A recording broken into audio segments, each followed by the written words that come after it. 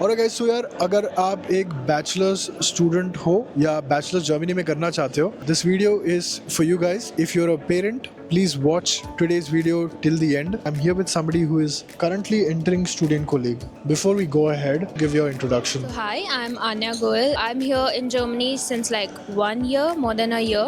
I've entered in Studienkolleg Hanover. Right.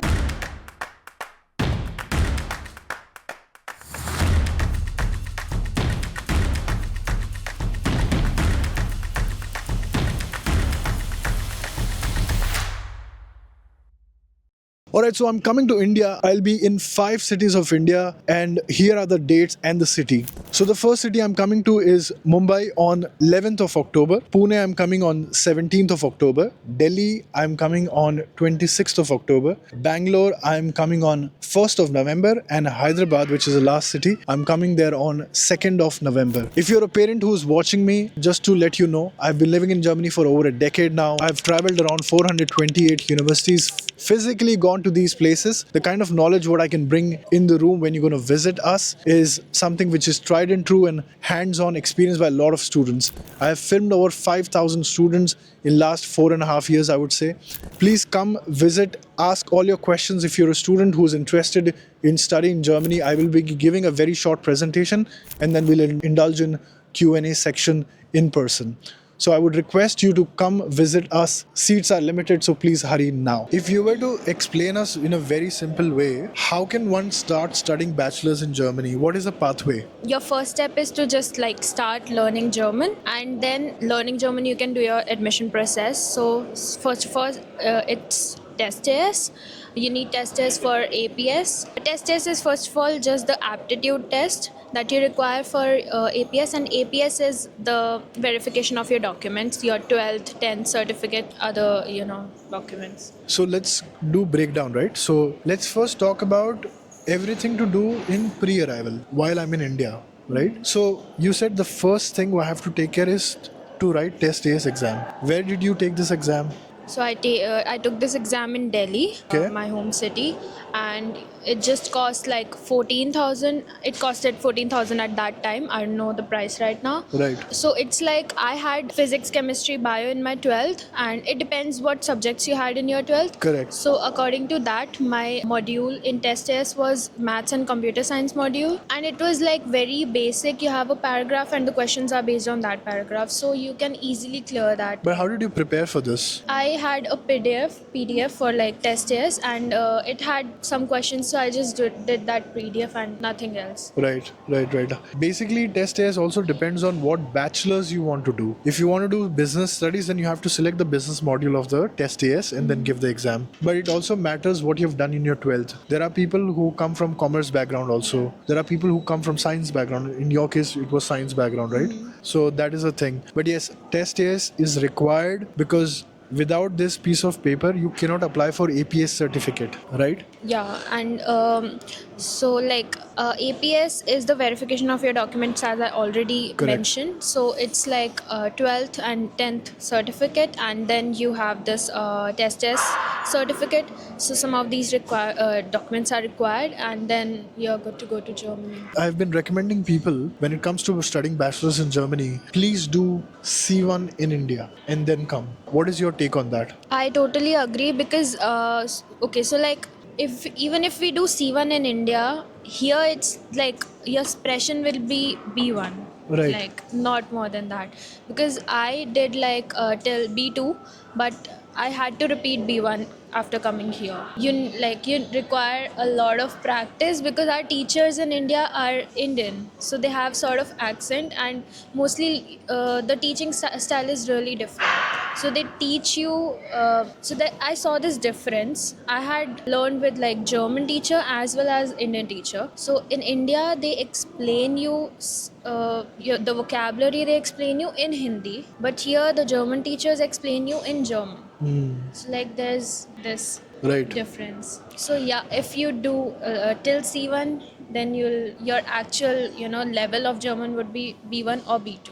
Correct, correct. How much do you think 12th grades matter in the process of getting admission in bachelor's? They do matter, but I don't think so. It's like if even if you have like 75%, it's fine. You Right. can still like apply because it depends on the FSP as well, the score in the Student colleague. Studienkolleg. So yeah. Right. So let me help you guys again to structure this process, right? So first, make sure that you do really good in your 12th boards. Very important. You cannot compromise that. Anything, if you get a score anything between 55, 60%, you're making it more difficult for yourself in the future. So ensure that we work on getting a good score in your board exams. Number one. Number two, please start learning German language full time, not on the side, not 3 times in a week. Doesn't help you really. It won't help you. So start learning German intensively and get yourself at least till B2 level. Then apply for Studienkolleg directly. Okay. Again, we need APS certificate and arrange the APS certificate, and before APS certificate you have to give test AS exam. So sequentially the way it will go is give 12th, learn German, apply for test AS exam, clear that, apply for APS. Now you have got all the exams required. Then documentation wise you have to have 10th 12th certificate results. I mean, you need to have a statement of purpose, you need to have letter of recommendations, and anything you have done additionally along with APS certificate and German certificate from Goethe. You take all of this and apply it directly for Studienkolleg.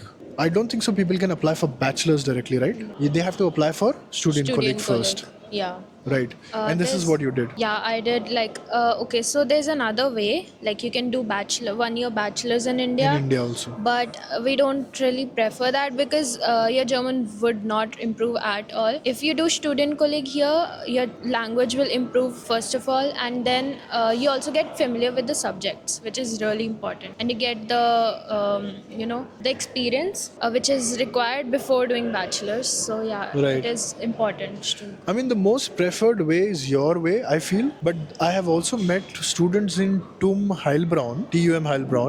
They did 1 year in India. They studied till B2 level and they jumped directly in a English taught bachelor's. They are currently studying, which is great. But I feel आपका जो process है, your process is far more effective is what I feel. Yeah. Knowing German so well, secondly you understand everything theoretically so good, right? And also when you go through Studienkolleg का phase पूरा, the intensity at which they teach you at Studienkolleg is, oh god, you're about to start that, right? Yeah, I'm about to start my Studienkolleg next month. Right. So going forward from where we stopped, right? So you apply for Studienkolleg. Let's say you apply for 10 Studienkolleg, but you have to take care when you're applying. There could be an overlap of the exam dates when it comes to Aufnahmeprüfung, right? Yeah, so it often happens with T course. I'm from M course, so it didn't happen with me. But in T course, it happens that you have Aufnahme of 2 Studienkollegs on the same day. For example, Frankfurt and I think Darmstadt. It happens every time. So that you Right. need to prioritize which Studienkolleg you want, and